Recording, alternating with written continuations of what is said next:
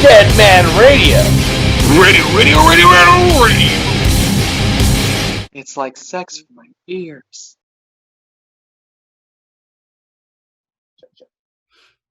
This is now evidence. What is up, peeps and creeps? You're listening to Deadman Radio on KOUV. Today we have an awesome lineup. Before we talk about that, I got Skinny Meow Champion as always. Howdy. And I got Sarah Graymoren over here. Oh yeah, just creeping in the back. Just creeping in the back. And then today for our first round, it's a dynamic duo. I'm really excited. We got some really talented, powerful fucking women on this show today. We got Dawn Wood from Murder Weapons. Yay! What's up, Dawn? Hey. And then we got Pamela Moore, the one and only. What's up, Pamela? Hi, how's it going? Hey. Hey. This is great. This is so awesome. So there's so much we can talk about in an hour. We're gonna talk as much as we can. We can do 30 minutes, but as long as you guys are comfortable, as long as everyone is comfortable, we'll keep going. We really don't have anywhere to go, do we? Except for maybe. Yeah, right. Yeah. Do that too. Pandemic type of time here in 2020. Right. Yeah. It's scary outside. Plague Nation is what we've been calling it. Yeah. What's up, Plague Nation? So, before we get into you individually, why don't we talk about how you two know each other? Because I love that we got both of you at the same time right now. I want to hear about this really awesome relationship that you two ladies have. It is a really awesome relationship. I met Pamela originally. There used to be this really cool rock and roll hair salon in Seattle called Rock. And the owner had long the butt rocker kind of look in the 80s, this flowing blonde hair. He wore leather pants and the boots with the chains on it and stuff. His name was Mick. He was really cool. And then all the chicks that worked at his salon were drop dead gorgeous. And he had been Pamela's hairstylist for a while, and I had just moved from Delaware to Seattle and wanted, fabulous hair. So I started going there. And one time I was big with extensions at that time. And one time he had hired a new girl, and she got all of my extensions knotted up. And so I stayed for 5 hours while they combed out this extension hair. Oh my goodness. I was shooting a video with him that night. So God. Mick is trying to give me booze and calm me down because my hair is a total wreck. Chill, just drink. And he was like, "Oh, do you know Pamela? You were in Boy Toy, I think, at that time, Pamela." And so she was like, "Oh my God, sweetie, I'm so sorry." So I met her, and she was super sweet and kind. And then I wanted to start taking vocal lessons. I was going to Seattle University at the time, taking classical voice, and it just wasn't cutting it for me. So I wanted some help with some rock vocals, and so I started taking lessons with Pamela. That's right. That's And then amazing. we just, that was the first time that I ever really started, jumping into something like that, because wasn't it 1990s or something? Yep. Yep. The 90s, wonderful 90s. And I think, I don't know if I had been off tour or what, but I didn't have a day job anymore because we just got off tour. And I decided to kind of do this thing, and I delved in it a little bit, but then I went back into the singing part of it again. And Dawn was one of my first people that stuck with me. Awesome. And cool. we just got along immediately. And Pamela was when I went on the road with a top 40 band, and I was so green. I mean, I had only done high school and college bands, so I didn't know what it meant to be on the road 365 days a year. And I'm smoking cloves, and I don't have any kind of monitoring or anything like that. I'm drinking. And then I'm calling her hysterical, saying I sound like a Simpson. My parents don't even recognize me when I call them on the payphone, because back then, you didn't have cell phones, you had payphones, and you call your parents. And I was like, "Pamela, help me." And she's like, "Sweetie, are you smoking?" I'm like, I'm smoking cloves sometimes. And she's like, "You can't do that." Cigarettes. Are you sometimes. And so she's like, can you hear yourself? And so, I'd have these frantic calls to Pamela, and she helped me through that, because that's terrifying when you're a singer, and that's like all eyes are on you, and you feel like you're a failure if you can't sing and hit all the notes, and like I said, 365 days a year. That's back when clubs were doing gigs 6 and 7 nights a week, and we were just on the road. You'd set up, then you'd play all fucking night, like from 9 o'clock until 2 in the morning, and then you're too wound up to sleep, so you're partying or whatever, and try to go home and sleep, and then you got agents calling you at 9 a.m. And then, you're tearing down and going to the next place. It was a good experience, but it was really hectic and terrifying after a while. The human body can't do that. You have to be like an athlete when you're on tour. Oh, This whole thing about, partying every night on the bus and stuff. Yeah, there's sometimes that happens, but not all the time, especially when you're really, truly out there on the road. You have to get your sleep, especially when you're a singer. Yeah. Yeah, I'm putting together a book right now with some touring artists about giving people guidance on what to expect, like how to get ready. And one of the big ones, I haven't toured like officially yet. But someone told me that if you can find someone to drive for you, just to be like the driver, that's very important. So that's very, very, And I don't know about you ladies, but my vocals are really sensitive. Like if it's a little hot out, or if it's like really cold at the same time, I can't sing. Like it doesn't matter how much I do. It's crazy.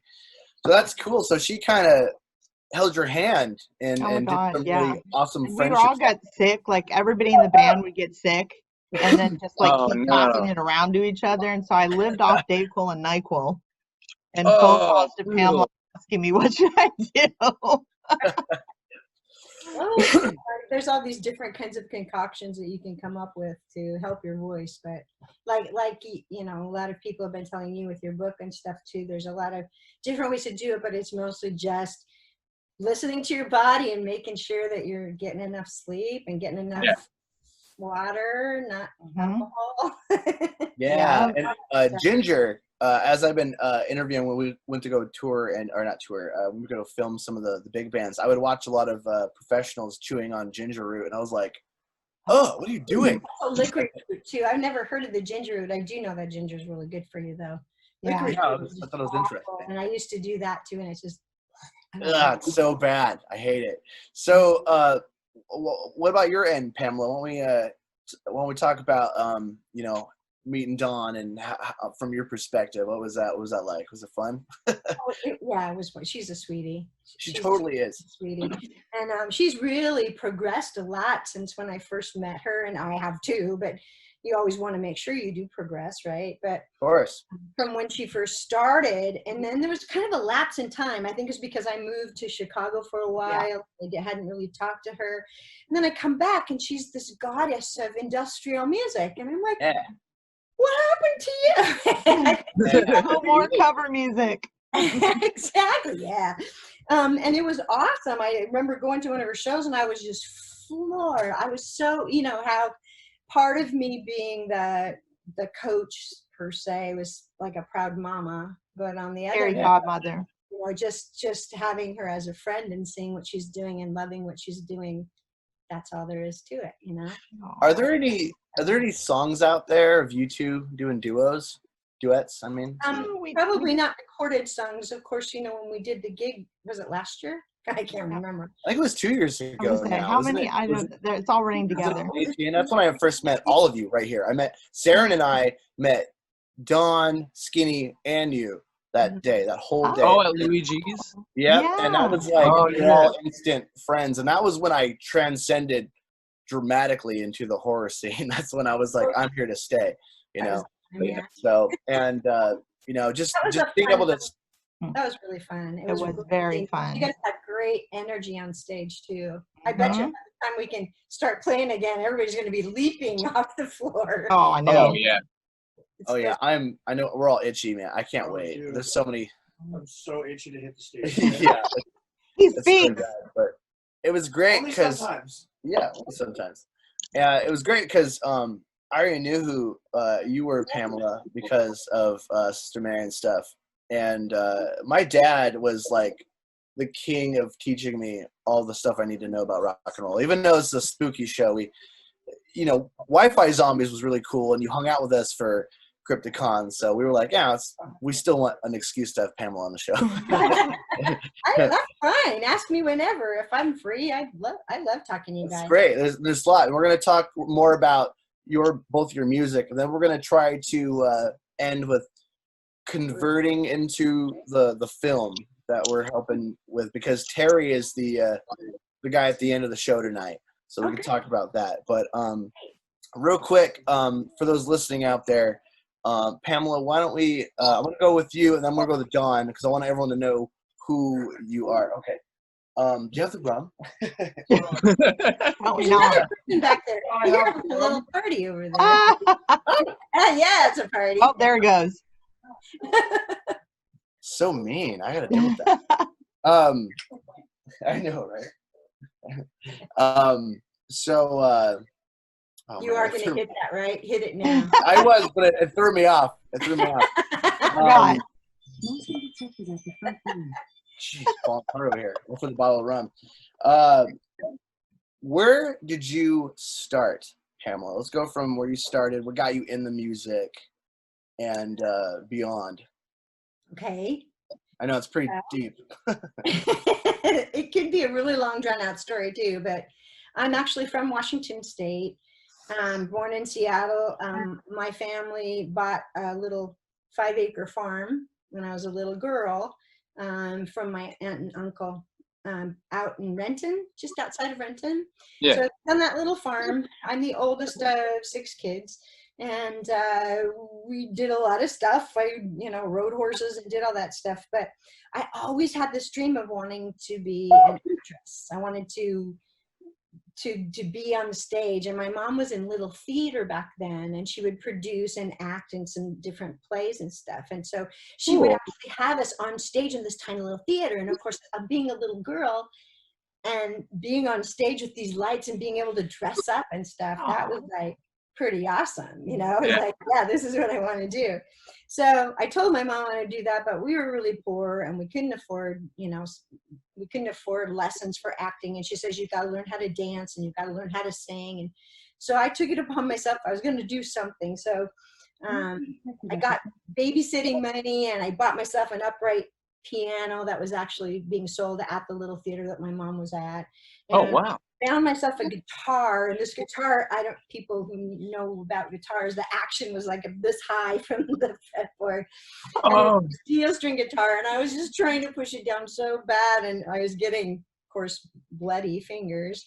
So my dad, they saved up their money and they got me a guitar, and it was a flamingo one at first, and then finally I got to educate into another guitar, which was my 12-string that I still have to this day. Nice. And I just started writing now. For me, because I'd never really learned how to play, like really, I play by ear. That meant that I couldn't really play songs because I didn't know what I was doing. And I would listen to different songs and try to play what I was doing there, but I would write songs because really actually was just a way of being able to create. And whenever I came up with something, I would write a song. So that's how I kind of started. And then it just I kind of followed that. And my parents were always really very supportive. They always said, whatever you want to choose to do, we'll support you, 110%. And whatever you do, and they always did. They were always That's really so cool. That's so important. I feel like that's the most important thing an adult can do.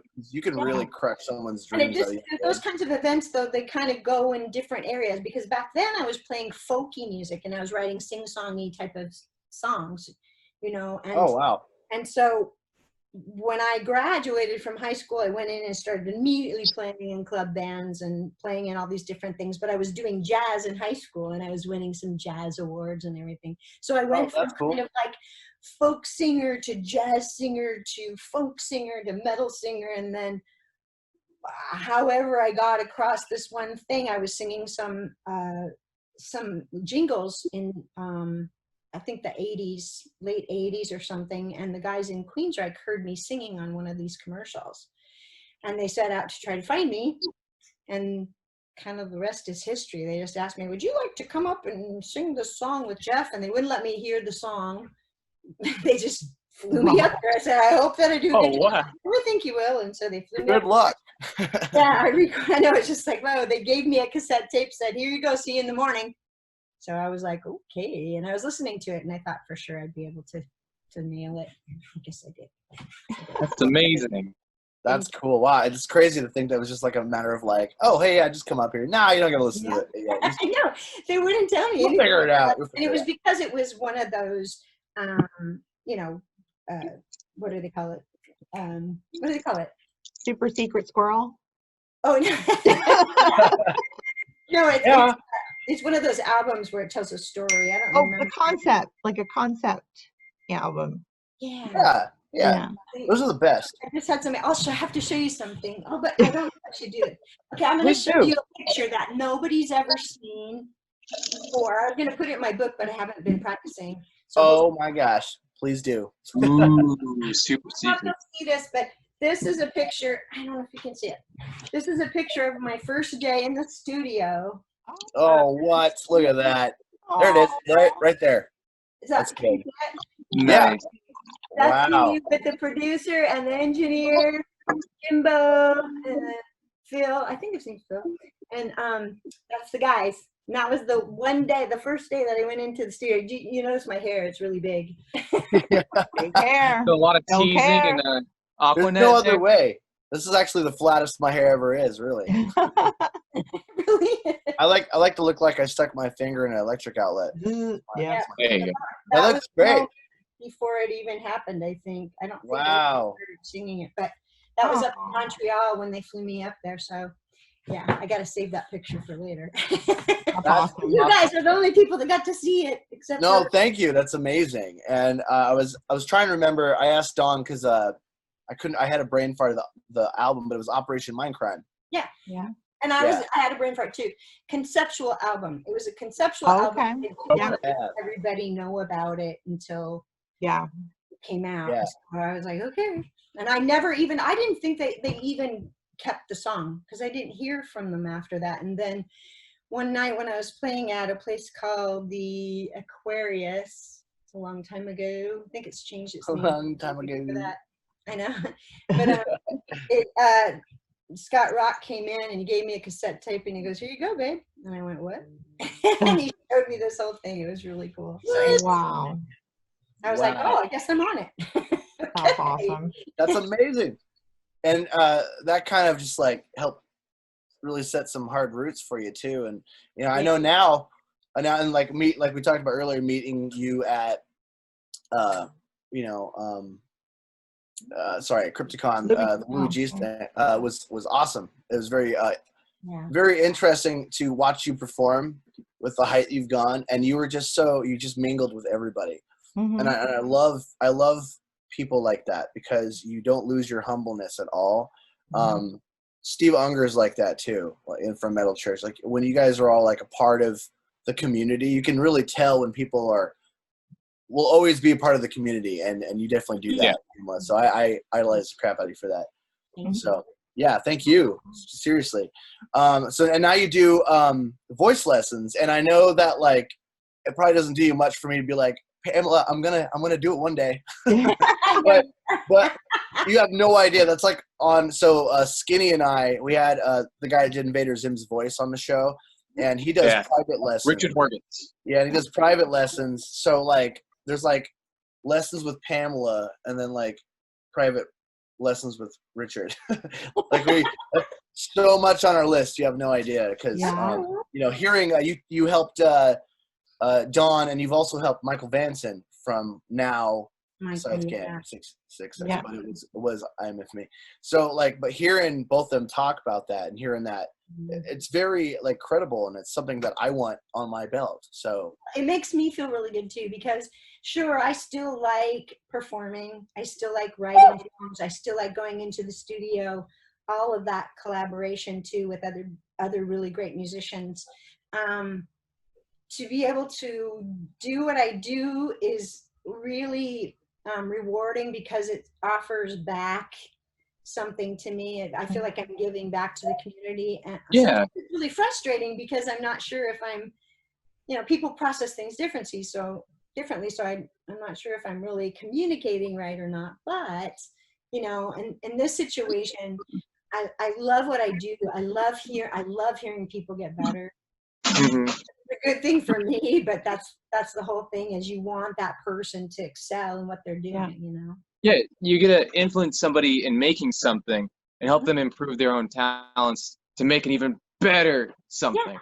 Yeah, Yeah. and why not? I mean, if you have the drive to do something, I'm able to help you. Yeah, let's do that, because it's so cool to see that person grow. And I've seen so many people be able to do that. There's been some hit or misses in certain situations for whatever reasons. They could be personal reasons with the other person. It could be maybe I'm not communicating right.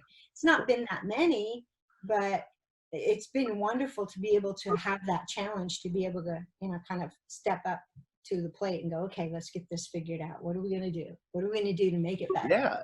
Yeah. And there's not a lot of rock. I mean, you probably do a little more than just rock, but there's not a lot of rock vocal teacher influences out there. The only one I can think of other than you is just Melissa Cross, and I have her stuff, but and then and you can hear, so I love Dawn's voice because you definitely got a little bit of that influence, but she's still hers. And that's what I love. When you have influence, but you have your own thing. Because a lot of people out there, especially with a lot of the guys try to be the singer they're trying to be. Emulate.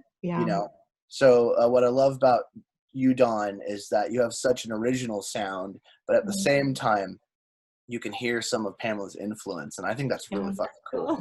Yeah. What I told Pamela when I first started seeing her is that I had taken, classical voice, Broadway, jazz voice in college, and it wasn't doing it for me, because they really try to get you to hit the high notes. They want you to sing falsetto, and I'm like, I'm not singing falsetto. That sucks.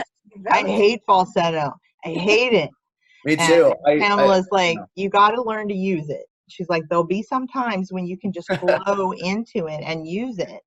And I said, I want to sing rock and roll, but I want to sing with a gospel flair. I love that powerful voice, And that's the influence that I want to have. I could only think of a couple singers that I loved their voice so much. Eric Martin of Mr. Big was one of them. And Alison Moyet of Yaz was another one. Even though I love, Stevie Nicks and Susie and Bjork, I love all those voices, but I knew exactly what I wanted to hone and develop in my voice. And so I think that was helpful for Pamela, for me not saying I want to sound just like so-and-so.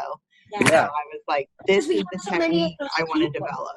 Yeah, we don't want to be a copy of a copy, we want to be original. But those people, though, are mentors in a way too, and they kind of help us figure out what we like and what we don't like, And you both have very distinct voices too, and I love, kind of like when you think of Ozzy, like you hear Ozzy's voice and you're like, that's Ozzy. That's the Oz man. Yeah. You can do that with both your vocals too, but hear the connection. I think that's a very cool. Like, you guys are connected vocally somehow on some cool level. I think that's so cool.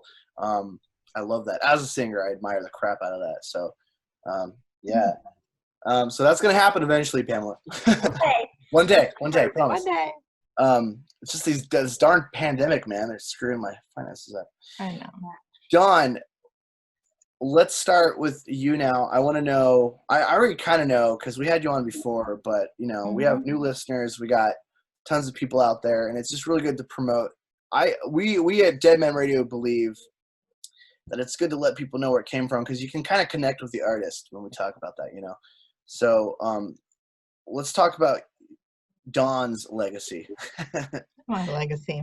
Yeah, what started Dawn Wood's epicness. So I grew up mostly down south, in a very super religious house. We went to church all the time, and so that gospel music, was kind of instilled. I wasn't too cool with the indoctrination. what was going on, because I didn't agree with a lot of the theories that were being shoved down my throat at the time. But I loved the music. And so that was, from like 5 years old up, I was singing and loving that gospel sound.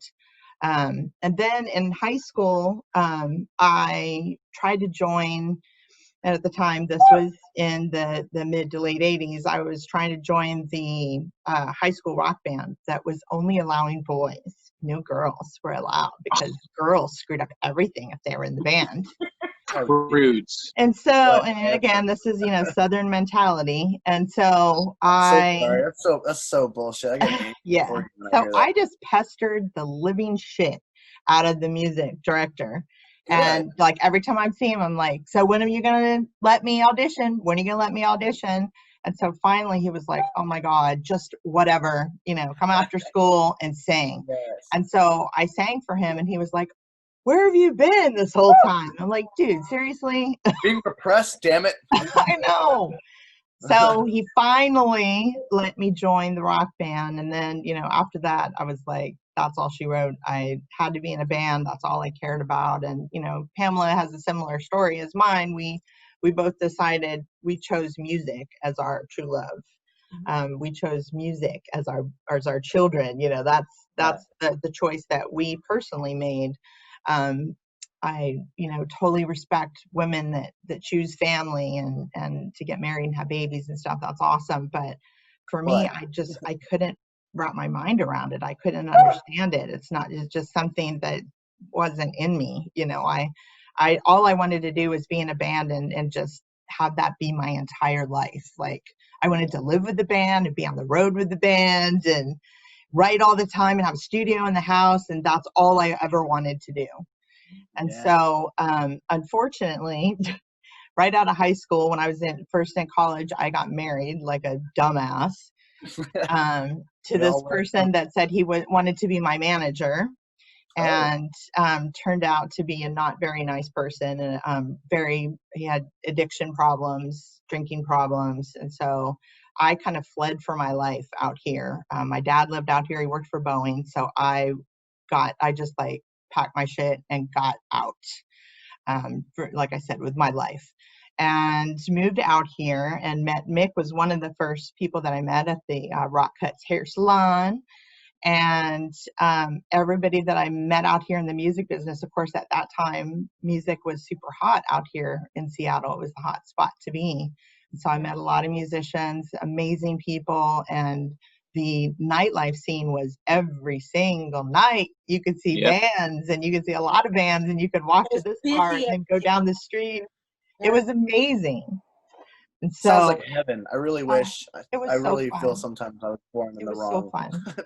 So I had that experience to come out here and I did original music first, and then met my best friend Dan, who's an amazing musician, and he kind of begged me to get into the top 40 cover, and I was like, I don't want to do covers, I want to do originals. And he was like, you need the experience, you're green. And he was right. I did. I totally needed that experience, because I was just way too trusting and naive, and so I learned a lot during that time. And then him and I got really sick and tired of doing busting our ass to do cover music for not a lot. So we're like, why don't we just do electronic music? So we started a project called Electronica and did all dance, our whole hour or two set. It was kind of some covers, but then mostly stuff that we did that all kind of blended, like a DJ remix all night. It was amazing. Awesome. And then we had some drama in the band, a couple of band members that we had addiction problems and that kind of stuff. And so then I met somebody named Jerry, who was violinist in a band called The Sins. That was pretty popular in the 90s. And Jerry and I started a project called Anguissette, which was supposed to be like a bunch of female singers and Jerry. And he played violin and keys. And Severina, I don't know if you know Severina Soul, she was one of the singers, myself. Wait, what's that? Was Severina in the breakup? She was? Yes. Yeah. Yep. Hell yeah, dude. Yep. And then Karen Cardell, who was also in a pretty big popular band back in the 90s. I'm not having a brain fart right now. I can't remember which one, but she's an amazing singer. And then a gal named Naya, who was a friend of Jerry's that had a real sweet, innocent voice.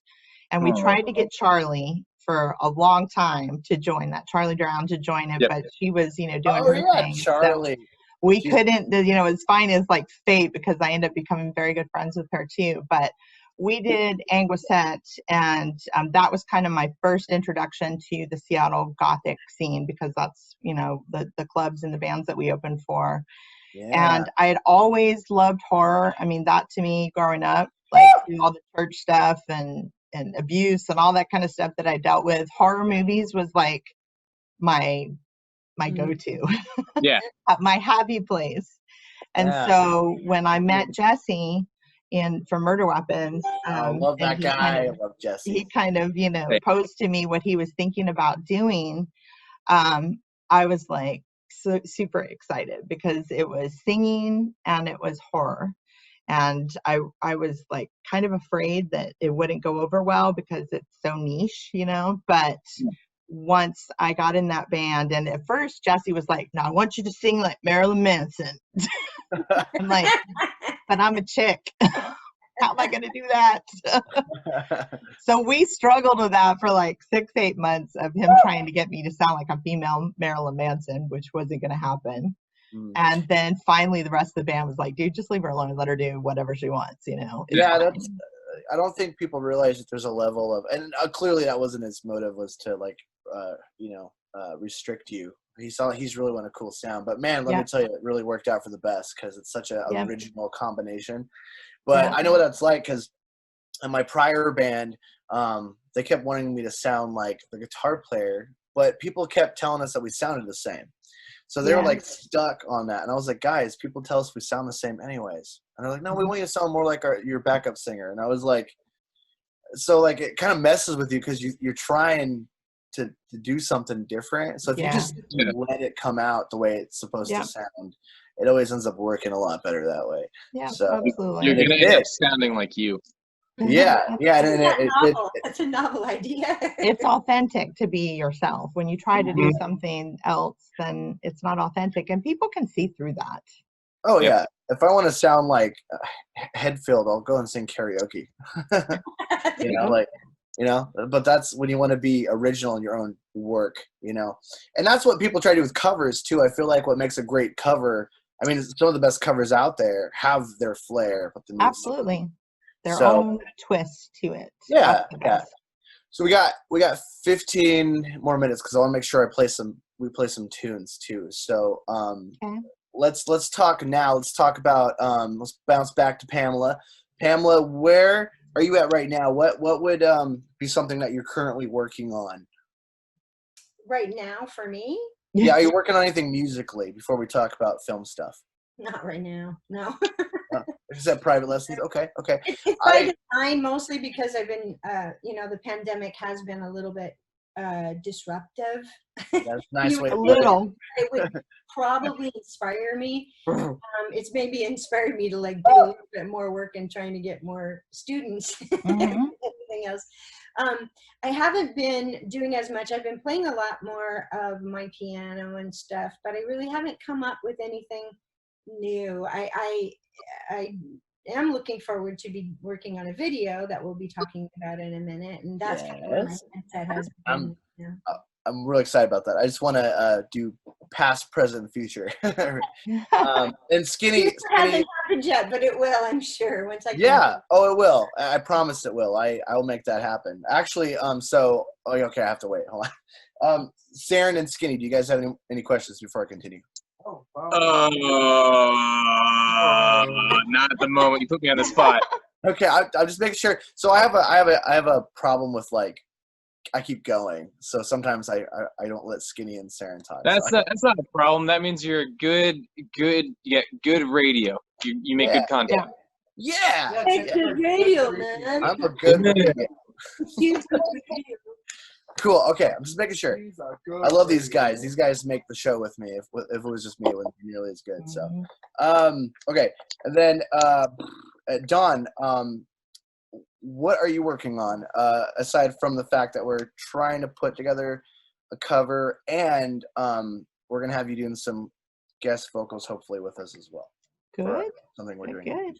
Well, we were super bummed because, we were so looking forward to Crypticon, and that didn't Yeah. happen. That was like And- devastating. I know Skinny can speak to that as well.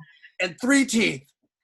And Three Teeth, yeah, we were supposed to open for Three Teeth. Not only Three Teeth, but Scold, who we've played with Yeah. before, and he's such an amazing person and artist. And so we were very, very, very excited about that. And when it didn't happen, it was bittersweet and it was difficult, but at the same time, I don't want anybody to get sick. And so Yeah, definitely. we were in Sure. talks with the club owner for El Corazon, like back and forth for like a week, like what's going to happen? Should we do something anyway, or what's going to happen? And the indecision, of course, was we don't want anybody to get sick, so let's It's just the best call.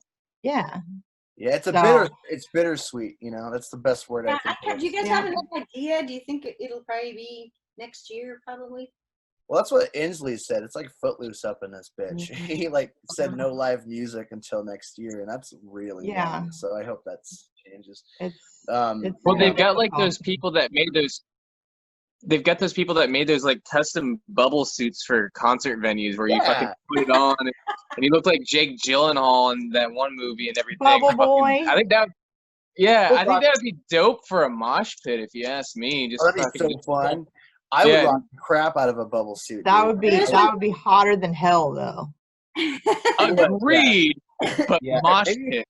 Maybe like one of those light fat suits that have the fans in them that make them fat. Maybe I think maybe like one of those. You know what I'm saying? With air conditioning in it. around the other. Yeah, Yeah. yeah, that's what I I'm don't saying. put stuff undone, but I do know that we're talking about this live stuff, and I have my new studio that I'm working out of for the South End is at Tacoma, and it's Decade Sound Studio. It's where murder weapons practices too. Yep, and Shad's the owner there, and we've been working on some stuff. He's been really working on a lot more cameras, so he's got major cameras going on, lots of lighting, and so I'm going to be doing some YouTube content there. But Yeah. we're talking about doing a pandemic Oh, Oh, streaming I love it. festival, and we're going to invite bunches of people, and I get to be the host, so that will be really cool. That's the one thing that we're working on, is just getting it off the Aw. ground and getting the streaming part done, which of course all of you Pandemic. guys are be invited, of course. There's so many people that want to get out there and do stuff, but we Yeah. can't, So It's that hard. kind of stuff I think would really be pretty fun. Might as well do that, and maybe it'll be kind of a new norm in some situations until Yeah. things start coming Yeah. back. Nothing's going to take the place of actually having a real live gig that you want to be able to Yeah. play, and you get that energy from the crowd, because that's the beauty about playing, is just that whole vibe and that thing that's going on. But Don, Yes. I apologize because I'm stepping on you. I didn't know if you had more stuff. You're probably recording too, right? Yeah, no, you're fine. Well, I haven't been recording. Charlie and I have been throwing some ideas around for some music. I don't know what's going to come of that, but we've been talking for years about doing something together, the two of us singing on something together. And so Yeah. I've taken this introspective time to write a lot of lyrics, and I've learned aerial yoga, which is amazing. What? Is that like aerialists? Like It's like you got the big loop?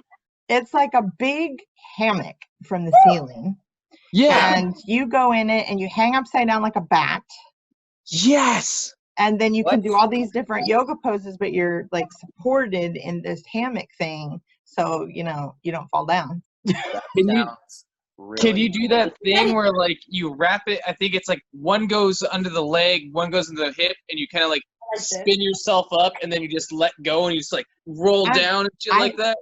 Now my instructor can do that, Okay. but right now I'm just so thrilled that I can hang like a bat. Yes. Can we get, Okay. can we, I'd be happy with that too, personally. can we get a Are demonstration? you doing this at your house? I'm doing that. Well, the instructor is my friend, and she has a hammock in her house. Now, I did just before the pandemic. She had a studio, that was like in a kind of a warehouse downtown Tacoma. And so the hammock was like hanging pretty high. So it was like for me, like getting over fear of heights, and Cool. I'm clumsy as hell. So like falling down has been like one of my greatest talents since I've been a kid. So learning some grace and getting over fear of heights, and then hanging like a bat. I mean, it's amazing. It's like it totally gives you a high to hang upside down like a bat for even just 5 minutes. Like a bat. Yeah. Can we just get a demonstration real quick? I don't have a hammock in my house. All you gotta do is just like turn the fan on and flip the camera over. We wouldn't know the difference. Yeah. And instead of butt buddies, you guys are bat buddies. Yeah. I'm a bat. It's so cool. I love it. I could go all day. That's amazing. I'm gonna look into that myself because that sounds really cool. Yeah. So real quick before we talk about the film stuff, because we really got to wrap it up. I love you both. You both are very talented, very amazing artists. I'm so honored that we know you on a personal level. I'm very thankful to know you. Do you, Dawn? I want to talk to you more in the future about doing your special vocals with us and doing a cover with you. I would be so honored to do that. Pamela, do you? We don't have to like talk details on here, but do you? If someone came up to you and said they wanted background vocals, is there a price on that? Negotiating on Zoom. No, off. I said, is that? That's what I was saying. If it's something you offer, then like details later. I just want to know if that's something you offer. If it's too private, still, I'll talk to you later about that. Something that can be arranged. Okay, I didn't know if that was like 'cause you do lessons. So what I'm saying, sorry, I didn't mean to cross line. I didn't want like deets. I just want to know if that was a thing. And so tomorrow, Pamela, I'm actually traveling to the Three Castles tomorrow. Oh, tomorrow. Okay. Yeah, and for those listening, Pamela gets to. We're doing the music video for Eyes Wide Open. Which is on my very first album in 2005. I think it was released. I can't remember now. It was a long time ago. And actually, it's really cool because since we have been talking about this, I've been listening to it. And I'm going, the album really sounds neat. It's a lot different than the last two albums. It's not real heavy metal. It's more kind of electronic rock, softer, ambient kind of stuff. But I'm really excited that we get to do this because that song, Eyes Wide Open, and what was the other one? What was it? Was it Dive Into Me? Or was it Dive Into Me? There was two songs that Terry used on the album, and they were the bedroom scenes, I guess, which is kind of cool. So yeah, and so it developed where Terry had this idea of putting together a video, asked me if I'd be into it. And then he told me, hey, well, I got this guy, Josh Williams. Well, I didn't know who Josh was. I was like, who's Josh? And then I realized it was you. Ticker. Yeah. And I already met you through, Crypticon and stuff. So I was pretty excited. So we had a discussion, and then Ta-da! We're gonna have you in it. I'm really, really excited. I'm having a brain fart. I'm literally looking on here. I feel so bad. I'm trying to remember the name of the film that he's trying to get you in. Double Vision. Thank you. Hence the name, the Eyes Wide Open, Double Vision. Yeah. I remembered that either. And that's awesome. That's amazing. And I'm really excited about this. So tomorrow, we were talking about doing it. I don't think that's too much of a spoiler, but castles. That's all you have to know is that I have to go to this place. So I'm really excited to do that and get to work with you a little more on a personal level and get to learn how you work and how how things work like that. I'm really excited about that. So for those out there listening, make sure you keep an eye out for Double Vision by the award-winning New York director Terry, who is coming up right here next. So that's gonna be pretty amazing. I'm really excited to work with both of you very soon.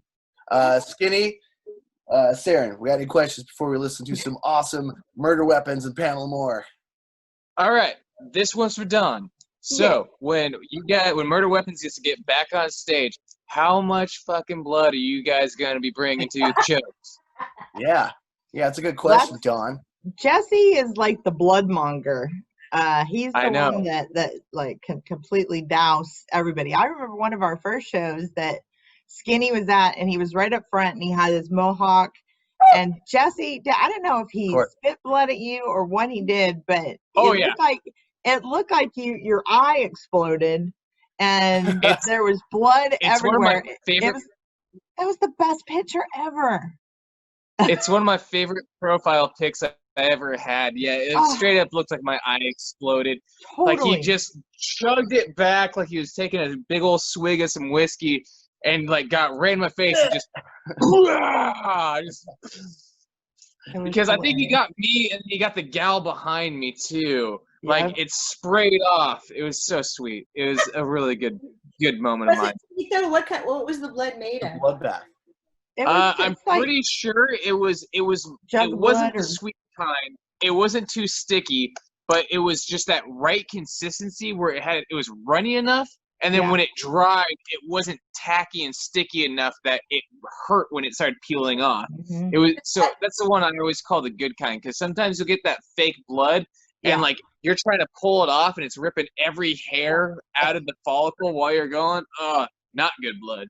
Jug blood, I think, is what it's called. I have to tell you a really quick story.